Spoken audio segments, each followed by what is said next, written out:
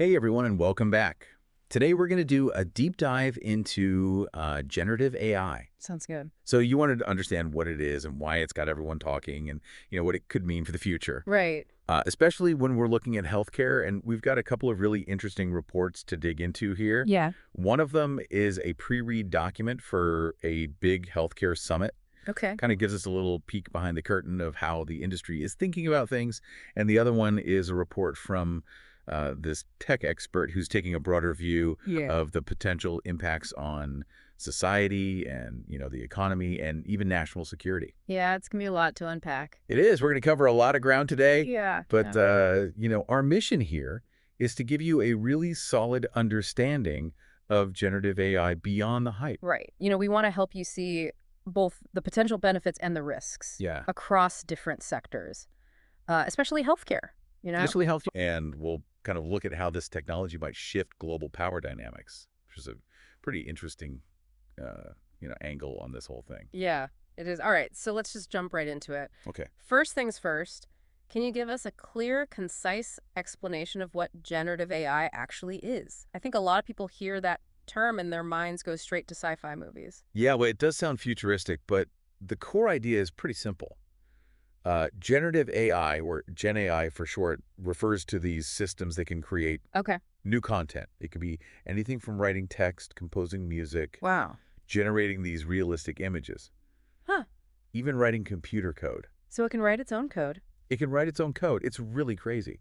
The power lies in its ability to learn from huge amounts of data Okay. and then use that knowledge to create something totally new. So instead of just processing information, it can actually create new things. Yes, Yeah. exactly. It's like having an AI apprentice that learns from the best and then starts producing its own masterpiece. That's pretty amazing. It is. It makes me think of how the human brain works. Yes. Taking in experiences and then using that information to come up with new ideas. Yeah, you're on the right track. Gen AI relies on neural networks, which are these complex algorithms that are kind of modeled after the human brain. Okay. And these networks allow the AI to go through mountains of data, find patterns, and then use that understanding to generate something new. So it's like it's thinking in a way. In a way, yeah, it's processing information and learning. That's incredible. Now, the pre-read document for this healthcare summit makes a pretty bold claim. It says, and I'm quoting here, "Never has a technology this powerful emerged this quickly to enhance or disrupt the lives of so many." Yeah. Do you think it's fair to call Gen AI a technological revolution?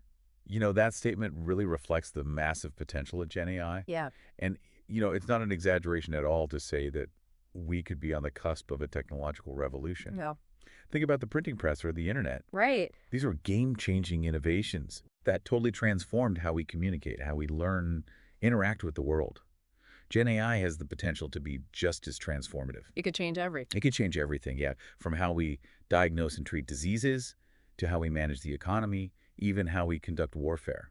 Okay, that makes sense. But, whenever we talk about powerful new technologies, especially AI, people start to worry about things getting out of control. Right. Is there a risk that Gen AI could become some kind of superintelligence that threatens humanity? Like that Skynet scenario from the Terminator movies? Yeah, that's a common concern, and it's understandable given how AI is portrayed in science fiction. Right.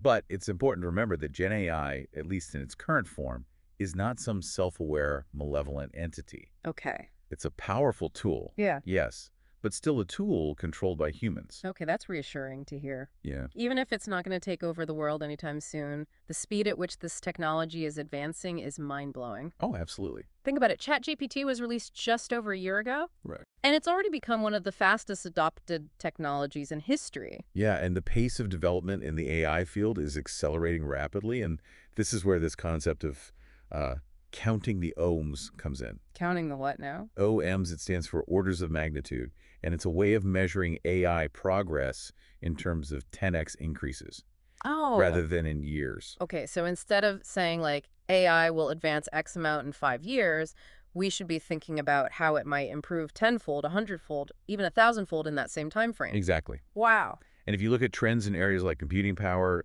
algorithmic efficiency, Right. and the removal of limitations on AI development, it's quite possible that we could see another leap in capability on the scale of GPT-2 to GPT-4, Yeah. but happening much faster. So we might be talking about AI becoming 10 or even 100 times more powerful in just a few years. It's possible, yeah. Wow, that's a lot to process. What kind of impact could that have on something like the global economy? I mean, a technology this powerful has to have a major impact, right?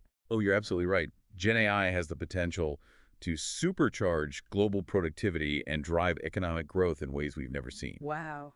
One study by McKinsey predicts that Gen AI could add a staggering $4 trillion to global GDP every year by 2030.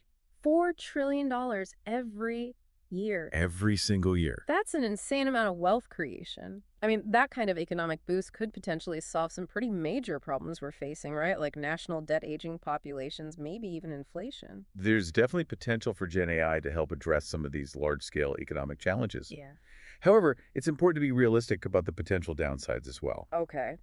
While this technology could create immense wealth, it's also likely to widen the gap between the haves and the have-nots. So it's kind of like that famous line from George Orwell's Animal Farm. All animals are equal, but some animals are more equal than others. Yeah, Everyone might benefit, but some will benefit a lot more than others. precisely. And that kind of uneven distribution of benefits could lead to social instability, Yeah. increased inequality, and even unrest. Yeah. So while the economic potential is exciting, we need to be mindful of the potential for social disruption as well. It's a good point. This is getting pretty intense. Maybe we should shift gears and focus on healthcare specifically. After all, you mentioned that one of our sources is a pre-read document for a healthcare summit. It sounds like the industry is really starting to grapple with the potential impact of Gen AI. Yes, and for good reason, the healthcare industry, particularly in the United States, is ripe for disruption. Yeah, It's the largest industry in the country, generating massive amounts of data, right. but it's notoriously slow to adapt to new technologies. You're telling me sometimes it feels like healthcare is stuck in the technological dark ages compared to other industries. Well, think about it. The fundamental business model of healthcare hasn't really changed that much since the 1960s. Really? We still rely heavily on this fee-for-service system, Right. and the way we deliver care is often fragmented and inefficient. And you mentioned all the data that healthcare generates. Every doctor's visit, every lab test, every prescription, it's an avalanche of information. In fact, I remember reading somewhere that healthcare accounts for about 1/3 of all global data. It's It's mind-boggling. mind-boggling. It is, and the crazy thing is that the vast majority of that data goes unused. Really? It's often unstructured, spread across different systems, Right. difficult to analyze with traditional methods. But this is where Gen AI comes in. Okay. It has the potential to sift through this sea of information, identify patterns that humans might miss, and extract insights that could revolutionize how we deliver and receive care. So we're not just talking about crunching numbers here. We're talking about finding meaningful connections and patterns in data that could help us prevent diseases, diagnose conditions earlier, and develop more effective treatments. That's really exciting. It is, and we're just starting to scratch the surface of what Gen AI could do for healthcare. Okay, so let's dive into some specifics. What are some of the ways that Gen AI could be used in healthcare to improve patient care and make the system more efficient? Well, imagine AI systems that can automate administrative tasks, like Okay. scheduling appointments, processing insurance claims. That would free up clinicians to spend more time with their patients. Exactly. Any doctor would love to have less paperwork and more time with patients. What else? Gen AI can also be used to analyze medical images like X-rays and MRIs with greater accuracy than humans, potentially leading to earlier and more precise diagnoses. That sounds like science fiction. It does, Huh. but it could become reality. It would be a game changer for so many people. Oh yeah, absolutely. Are there any roadblocks to making these applications of Gen AI a widespread reality in healthcare? There are definitely challenges. Okay. One of the biggest is the issue of hallucinations. Hallucinations. Yeah, it's this tendency of some AI systems to sometimes generate incorrect information or Oh. come to conclusions that don't make sense. Oh, yeah, I've heard about that. It's like when you ask a chatbot a question and it gives you an answer that sounds completely confident but turns out to be totally wrong. Yeah. Exactly. And in healthcare, where accuracy is paramount. Right. This is a serious concern. It's one of the reasons why many experts are cautious about the widespread adoption of Gen AI in clinical settings. Yeah, I can see why. But as AI continues to advance, these hallucinations should become less frequent and less severe. That makes sense. So let's say that Gen AI does overcome these challenges and becomes a major force in healthcare. Who are the likely winners and losers in this new landscape? The pre-read document mentions this concept of appropriability.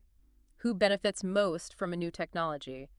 Is it the inventor or the one who knows how to use it best? That's a crucial question. And in the case of Gen AI, it seems likely that the biggest winners will be those who can effectively leverage this technology. Okay. Not necessarily those who invent it. Think of it like this: the invention of the printing press was revolutionary, Right. but the real impact came from those who figured out how to use it to spread knowledge ideas and even propaganda. So who do you think that points to in the healthcare world who is best positioned to benefit from Gen AI? We'll think about who already has access to the most data, Okay. the resources to implement AI solutions at scale, Hmm. and the ability to adapt quickly to technological changes. Hmm. It's likely to be the large incumbent companies. Oh, okay. The big players in the healthcare industry, they might not be the most innovative, Right. but they have the infrastructure, the capital, and the data to really harness the power of Gen AI. So the pre-read document is predicting that the most disciplined and agile healthcare companies, both for-profit and nonprofit, will be the ones to successfully leverage Gen AI, which could actually lead to even more consolidation in the industry. That's a very real possibility. Wow. The companies that can effectively integrate Gen AI into their operations, streamline their workflows, and extract valuable insights from their data will have a significant competitive advantage. Right. And this could create a scenario where the big players get even bigger, potentially squeezing out smaller competitors. Hmm. That's something to think about. So we've got this technology that could potentially revolutionize healthcare, but it also has the potential to further consolidate power and increase inequality. Seems like a bit of a double-edged sword. It is, and that's why it's so important to have these conversations now, Yeah. to understand the potential benefits and risks of Gen AI, and to think critically about how we want to shape its development and deployment. And speaking of potential risks, let's talk about another big theme that comes up in these reports, Hmm. the national security implications of Gen AI. The tech experts report paints a pretty alarming picture, doesn't it? It does. The report argues that we're in a race with China to develop and control this technology, Oh, wow. and the stakes couldn't be higher.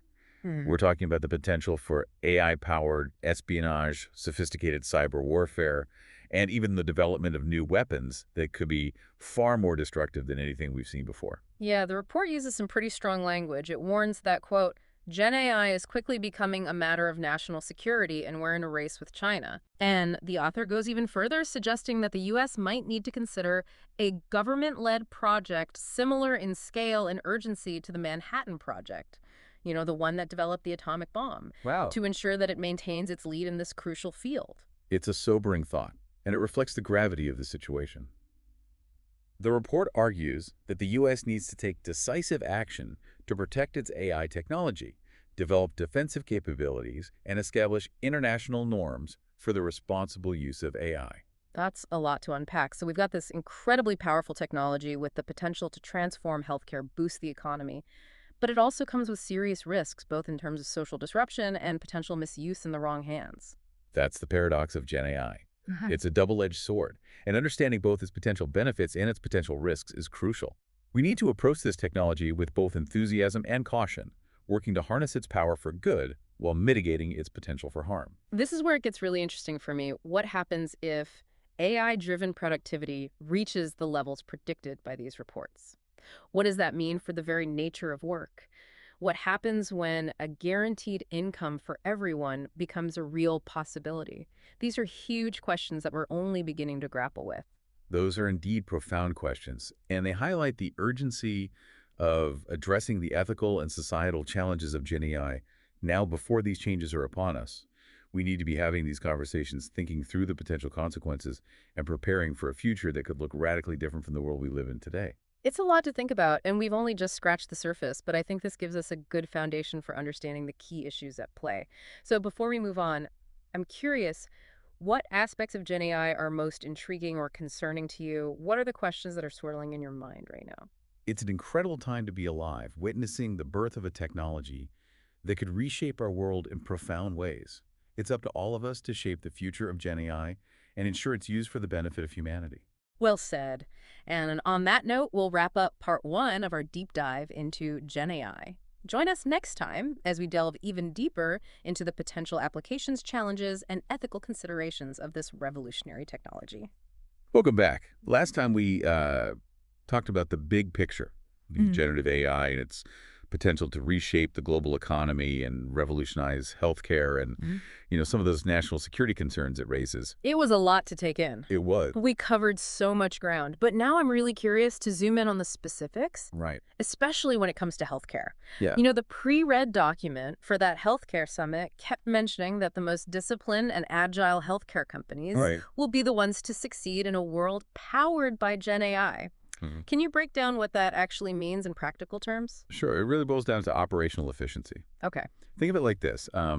Imagine a hospital that already runs a tight ship. Okay. They've got a good handle on their costs. They're actively managing their resources to stay profitable, and they're strategic about where they invest their time and money. They're essentially treating healthcare like a well-run business. Okay. These are the types of organizations that are already primed to embrace new technologies and adapt quickly. So they're not afraid to make tough decisions, even if it means cutting back on things that aren't working or streamlining their operations. Exactly. That kind of mindset is going to be essential in a world where AI is rapidly changing the rules of the game. Right. These are the organizations that will be able to quickly implement AI solutions, automate tasks, and extract valuable insights from their data, giving them a significant advantage over their competitors. The pre-read document actually uses a pretty interesting term to describe the less efficient healthcare systems. Yeah. It calls them SINOs, which stands for Systems in Name Only. Right. It sounds a bit harsh, but it really paints a picture, doesn't it? It does. Sinos are those large, sprawling health systems that might be geographically diverse, but lack real integration or standardization across their different departments and locations. Okay. They're often burdened with administrative inefficiencies and may struggle to adapt to rapid technological advancements. So the prediction is that those disciplined, business-minded healthcare operators, both for-profit and nonprofit, Right? are the ones best positioned to take advantage of Gen AI. And Yes. it's not necessarily about being tech savvy. It's more about having the organizational structure and the leadership to effectively integrate AI into their existing operations. That's a great point. A lot of people assume that success with AI is all about technical expertise, Right. but that's only part of the equation. The real challenge for many healthcare organizations will be navigating the workforce implications of widespread AI adoption. Okay. Gen AI, particularly with its natural language processing capabilities, which allow it to understand and respond to human language, is designed to be intuitive and user-friendly. Hold on a second. Can you quickly explain what you mean by natural language processing? I know we've thrown around a few technical terms here, and I want to make sure everyone is following along. Of course, natural language processing, or NLP for short, is essentially the ability of a computer to understand, interpret, and even generate human language. Yay. Think about the voice assistants on your phone Right? or the chat bots you might encounter on a website. Yeah. Those are all powered by NLP. Yeah. And Gen AI leverages NLP to make these systems even more sophisticated, enabling them to engage in more natural and complex conversations. Okay, that makes sense. So you're saying that Gen AI thinks that NLP is designed to be relatively easy to use, but the real challenge will be managing the changes it could bring to the healthcare workforce. There are a lot of concerns about AI taking jobs. Absolutely. As AI systems become more capable, they'll inevitably automate certain tasks that are currently done by humans. This Yeah. could lead to job displacement in some areas, Right. but it could also create new opportunities in others. Okay. The key will be for healthcare leaders to anticipate these changes, retrain workers, and ensure that the transition to an AI-powered healthcare system is as smooth as possible. So if it's not going to be the big tech companies like Google or Amazon that disrupt healthcare, at least not directly, who do you think will be the major players in this Gen AI-driven future? The pre-read documents seem to suggest that vertically integrated payers, those with their own insurance arms, might be a force to be reckoned with. That's an interesting observation, and I think it's a real possibility. Sure. Vertically integrated payers with their vast data sets and their ability to control costs through their insurance operations Right. are well-positioned to benefit from Gen AI. They can leverage AI to scale up value-based care delivery models where providers are rewarded for quality of care rather than quantity of services. Okay. They could even potentially use AI to bypass underperforming hospitals or physician groups, giving them even more leverage in the healthcare market. That's a pretty bold prediction. And the report also mentioned that big tech companies might make a comeback in healthcare by partnering with those who control large proprietary data sources like electronic health record companies. Right. A great example of this is Microsoft's partnership with Epic, one of the biggest electronic health record companies in the world. Right. This kind of partnership allows big tech to bring its expertise in data management and AI development to the healthcare space without having to navigate the complex regulatory landscape of healthcare delivery on their own. It seems like the key to unlocking the potential of Gen AI in healthcare lies in addressing what the pre-read document calls the data Gordian knot. Yes. We've got all this data mountains of it, Right. but it's often inaccessible, fragmented, and unusable for AI applications. You hit the nail on the head. That's the core challenge. Yeah. The pre-read document highlights this, perfectly pointing out that the average hospital generates a staggering 50 petabytes of data every year. 50 petabytes. That's twice the amount of data in the entire Library of Congress. Wow. Yet most of this data sits unused, locked away in silos or in formats that are difficult to analyze. So 50 petabytes, that's a lot of data. Can you give us a sense of what that means in practical terms? Imagine you took all the text messages, emails, photos, and videos that a person generates in their entire lifetime. That's roughly 1 gigabyte of data. Now multiply that by 50 million. That's a petabyte, and then multiply that by 50. That's how much data a single hospital generates in a year. Wow, that's an incredible amount of information. And you're saying that most of this data is just sitting there untapped. Sadly, yes. Mm. But the good news is that Gen AI, especially with its natural language processing capabilities, Okay. could be the key to untangling this data mess.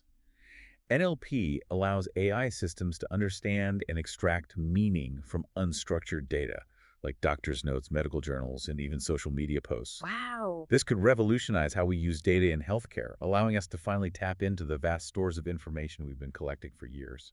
So, in theory, we could be on the cusp of a healthcare revolution powered by data and AI, leading to earlier diagnoses, more personalized treatments, and maybe even cures for diseases that have plagued humanity for centuries. But let's not forget about the human element in all of this.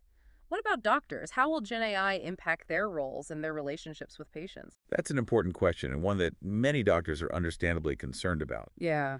Some worry that AI will replace them altogether, but I don't think that's a realistic scenario. Instead, Yeah. I believe that Gen AI has the potential to enhance the role of doctors, making them more efficient, more informed, and ultimately better equipped to care for their patients. So you see AI more as a tool that doctors can use rather than a replacement for their expertise and judgment. Exactly. Imagine a doctor who has an AI assistant that can instantly analyze a patient's medical history flag, potential risks, suggest possible diagnoses, and even help personalize treatment plans based on the latest research. That's pretty amazing. It is. So this AI assistant is doing all the heavy lifting, and then the doctor can really focus on that human connection. Right. That would free up the doctor to focus on what they do best, building relationships with their patients, providing emotional support, making those complex decisions that require human empathy and intuition. That makes a lot of sense. It's about using AI to augment human capabilities, not to replace human connection and expertise. And I know we talked about potential job losses, but it seems like there's a lot of potential for AI to create new roles in healthcare as well. Absolutely. We might need people to design these AI systems, train them, monitor their performance, and ensure they're being used ethically and responsibly. Absolutely. The transition to an AI-powered healthcare system will require a shift in the workforce, but it won't necessarily lead to mass unemployment. It's more likely that we'll see a transformation of existing roles and the emergence of new ones. Okay, so we've covered how Gen AI could impact healthcare systems, doctors, and the role of big tech and data. But I want to circle back to something you mentioned earlier, value-based care. Great. The pre-read documents seem to suggest that while Gen AI could be a real game changer for vertically integrated payers, Right. it might not have as big of an impact on health systems pursuing value-based care models. Can you explain why that is? You're right. There is a distinction there. The pre-read document makes the case that health systems, which have been historically hesitant to embrace value-based care, Mm-hmm. are more likely to focus on using Gen AI to boost productivity and streamline operations within the existing fee-for-service system, Okay. rather than making a big push into capitation models where they take on more financial risk.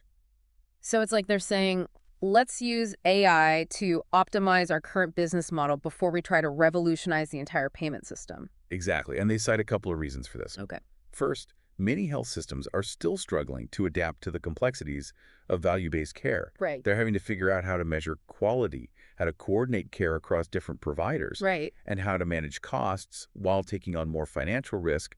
Adding another layer of complexity with AI might be too much for some health systems to handle right now. That makes sense, and I guess there's also the issue of payer willingness. Not all insurance companies are eager to share risk with health systems through capitation models. So even if a health system was ready to go all in on value-based care, they might not have a willing partner on the payer side. That's a crucial point.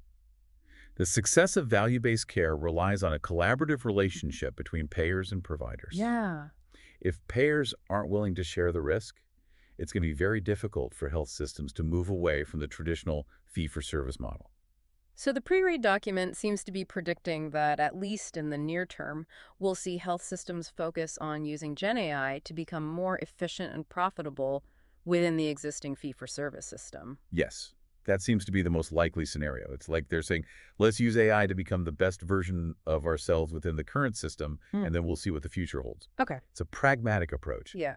But it also highlights the potential for Gen AI to further entrench the existing power dynamics in healthcare. Hmm. If the largest and most sophisticated players are the ones who benefit most from AI, it could lead to even greater consolidation and potentially limit competition, Yeah. which could ultimately stifle innovation and drive up costs for patients. That's definitely something to keep in mind. It's a reminder that technology, even with all its potential benefits, can also be used to reinforce existing inequalities in power structures. But on the other hand, the pre-read document also acknowledged that vertically integrated payers, those with mature insurance arms, are well positioned to thrive in a world powered by Gen AI. That's right. They're already operating in a risk-based environment, and they have data and the infrastructure to leverage AI for things like predictive modeling, patient engagement, risk management, and administrative simplification. Wow. They could potentially use AI to create more personalized insurance plans, Yeah. tailor benefits to individual needs, and even identify high-risk patients early on, Mhm. which could lead to better outcomes and lower costs in the long run. So while Gen AI might not lead to a sudden and dramatic upheaval of the healthcare payment system, it could still significantly shift the balance of power within the existing system, potentially giving even more leverage to the big insurance companies. That's a very astute observation. Mm-hmm. It's all about understanding the nuances and the potential ripple effects of this technology. Yeah. And that's where having a clear understanding of Gen AI and its implications becomes so crucial. Right. We need to be thinking critically about how this technology is being developed, who's controlling it, and how it's being used to shape the future of healthcare and society as a whole.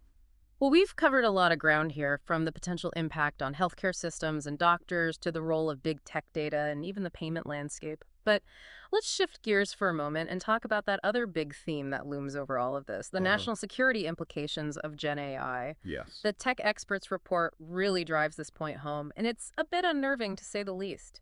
It paints a picture of a world where AI is becoming a central part of warfare and espionage, Uh-huh. potentially leading to a dangerous arms race. It is a sobering thought. The report argues that we're entering a new era of geopolitical competition, where dominance in AI will be a key factor in determining global power. Wow. And it makes the case that the stakes couldn't be higher. We're talking about the potential for AI-powered weapon systems that could make decisions autonomously, Oh, wow. potentially escalating conflicts in ways that are difficult to predict or control. And the report specifically warns that we're in a race with China, Yes. arguing that they're determined to become the global leader in AI and are willing to use any means necessary to achieve that goal. It's a pretty chilling assessment. It is. The report highlights the rapid progress that China has made in AI research and development, and it expresses concerns about their willingness to push ethical boundaries and to potentially use AI for surveillance and social control in ways that could give them a strategic advantage. Okay. It also points to the very real threat of Chinese espionage targeting U.S. AI companies and research institutions, which could allow them to steal valuable intellectual property and accelerate their own development efforts. It's almost like a 21st century version of the Cold War, with the US and China vying for dominance in this new technological frontier. And the report seems to be advocating for a pretty drastic response, suggesting that the US might need to launch a massive national project similar in scale and urgency to the Manhattan Project Wow. to ensure that it maintains its lead in this crucial field. That's a pretty dramatic analogy, but it does reflect the sense of urgency that pervades the report. The author argues that the U.S. government needs to take a more proactive approach to AI development, investing heavily in research and development, fostering public-private partnerships, and potentially even establishing new regulatory frameworks to ensure that AI is developed and deployed responsibly. It sounds like we're talking about a massive mobilization of resources and talent, potentially involving not just scientists and engineers, but also ethicists, policymakers, and even philosophers. We need to be thinking not just about the technical aspects of AI, but also about its ethical implications, its potential impact on society, and how we can ensure that it's used for good rather than for harm. Okay, Exactly. it's not enough to simply win the technological race. Right. We also need to win the moral and ethical race. We need to develop AI systems that align with our values, that respect human rights, and that promote peace and stability. Otherwise, we risk creating a future where AI becomes a tool of oppression and destruction rather than a force for progress. It's a lot to think about, and it raises a lot of questions about who will be making these decisions, how we can ensure accountability and transparency, and what kind of world we're creating for future generations. But before we dive into that rabbit hole, I want to touch on something you mentioned earlier, the sheer scale of data involved in all of this. The pre-read document for the Healthcare Summit touched on this, but the tech experts report really delves into the astronomical amounts of data that we're generating and the implications this has for AI development. It is truly mind-boggling. The report points out that humanity is generating data at an exponential rate, Wow. creating what some are calling a data deluge. We're talking about zettabytes of information. Zettabytes. That's a 1 followed by 21 Ugh. zeros. It's a number that's almost impossible to grasp.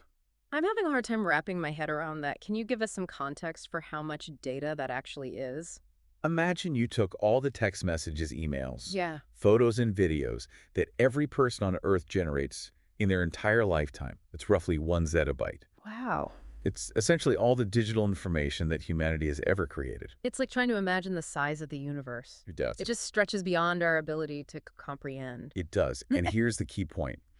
This data is the fuel that powers AI. Okay. The more data these systems have access to, the more they can learn, the more sophisticated they become, and the greater their potential impact on everything from our economy to our national security. So we're not just talking about a few databases here. We're talking about a vast ocean of information that's constantly expanding, and this ocean is becoming the battleground for technological dominance and geopolitical power. That's a powerful way to put it, and it highlights the urgency of understanding the implications of this data deluge, developing ethical frameworks for its collection and use, and ensuring that it's used to benefit humanity rather than to exploit or control it. Okay, so we've got the data, we've got the AI, and we've got this intense global competition between superpowers who are both vying for control of this transformative technology. It feels like we're standing at a crossroads in history, and the choices we make now will have profound consequences for decades to come. That's exactly right, and the situational awareness report goes beyond simply describing the current landscape of Gen AI. Okay. It also delves into potential scenarios for the future, Mm. outlining what the author believes is the most likely path forward.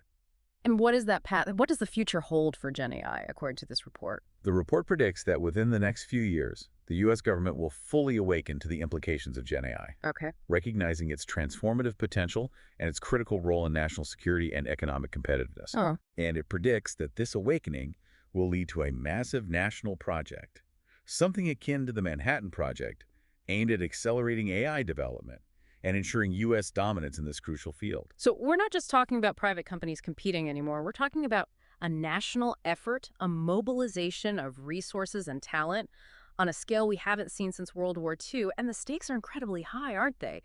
The report makes it very clear that this is not just about being competitive. It's about national security, global leadership, and potentially even the survival of humanity as we know it. You're absolutely right. The report paints a stark picture of a world where superintelligence, which refers to AI systems that surpass human intelligence in virtually every domain, could give a nation a decisive economic and military advantage. It's a pretty frightening thought, the idea that we might be on the verge of creating machines that are smarter than us in every way. It raises so many questions about control ethics and the future of humanity itself.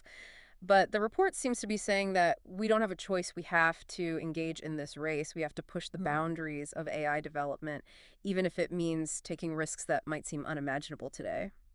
The report argues that the alternative, allowing another nation, particularly one with values and ambitions that are different from our own, to control superintelligence, is simply too dangerous to contemplate.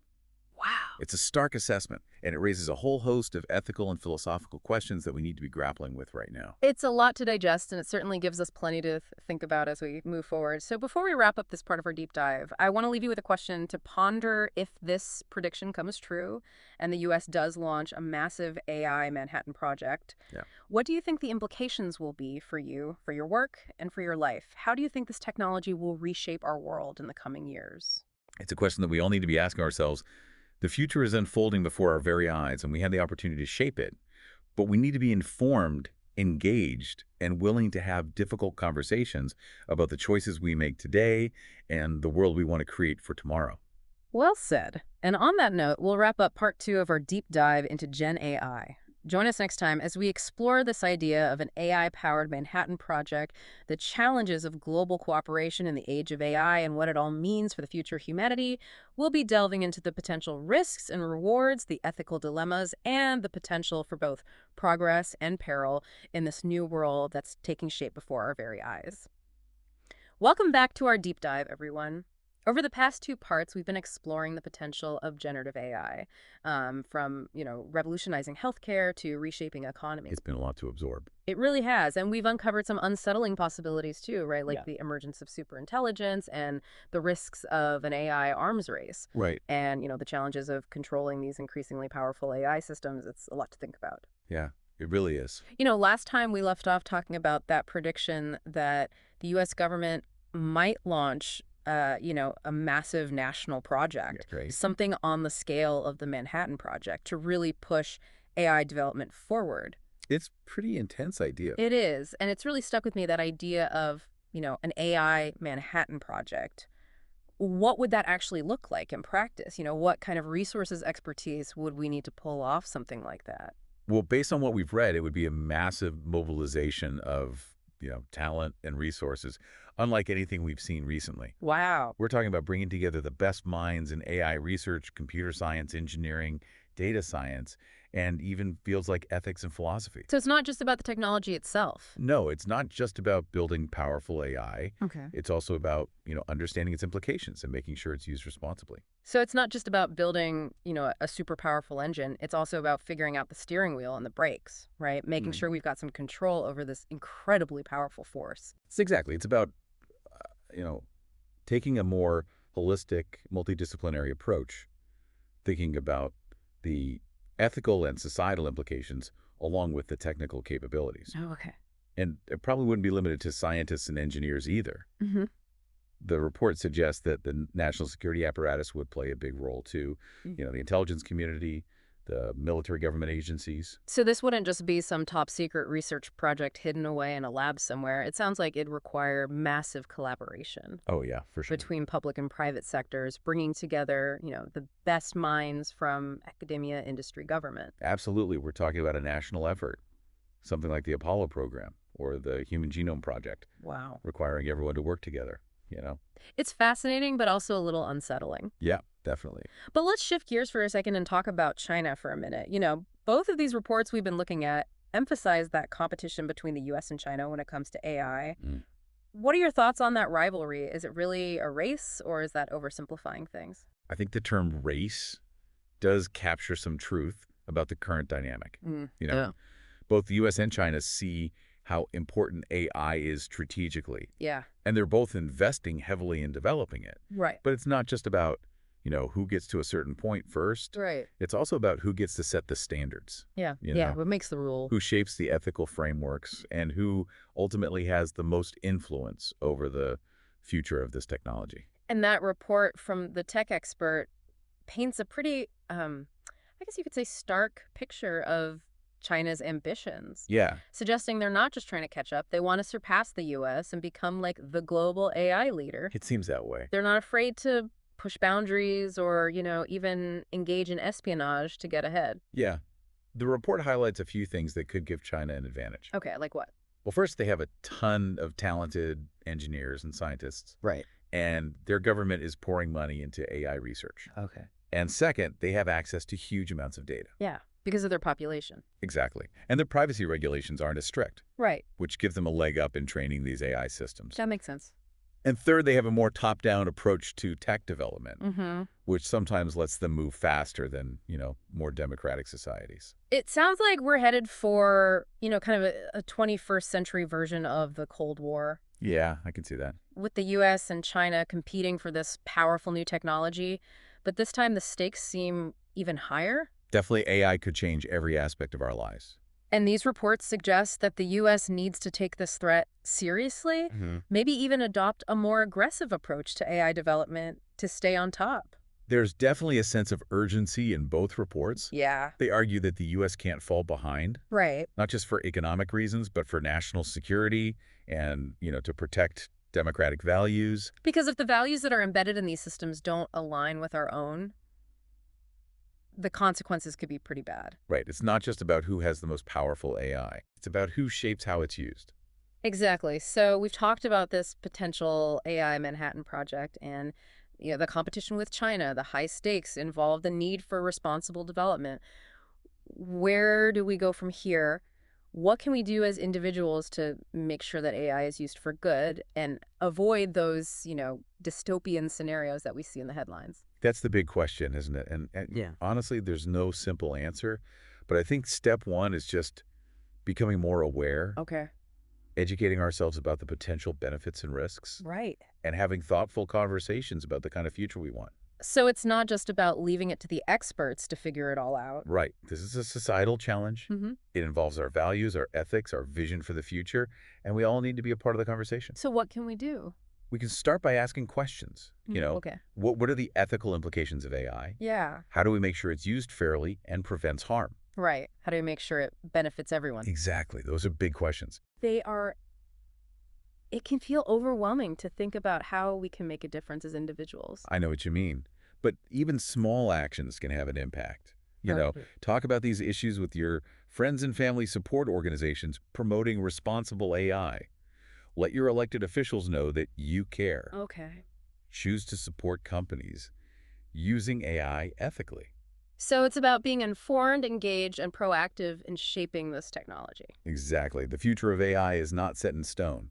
It's being written right now, and we all have a role to play. Well said. And that brings us to the end of our deep dive into the world of generative AI. It's been a journey. It really has. And I hope this has given you a better understanding of this amazing technology, both its potential and its risks. It's important to see both sides. It is, but this is just the start of the conversation. And I encourage you to keep learning, keep asking questions, keep pushing for a future where technology helps humanity. And thank you for joining us. We hope you'll stay tuned for more deep dives into the most pressing issues of our time.